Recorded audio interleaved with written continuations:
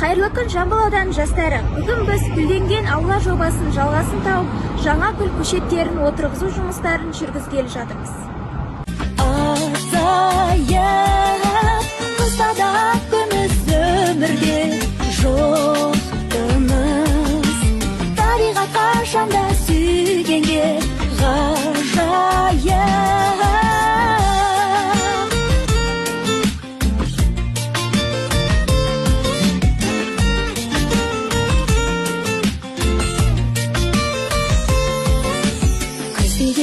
Көздеген тойлы кез ойланар шағын бұл. Үзбеген әніңнен іздеген досыңды сағынды. Күздеген қыраулы аңсаған шырайлы бағын бұл.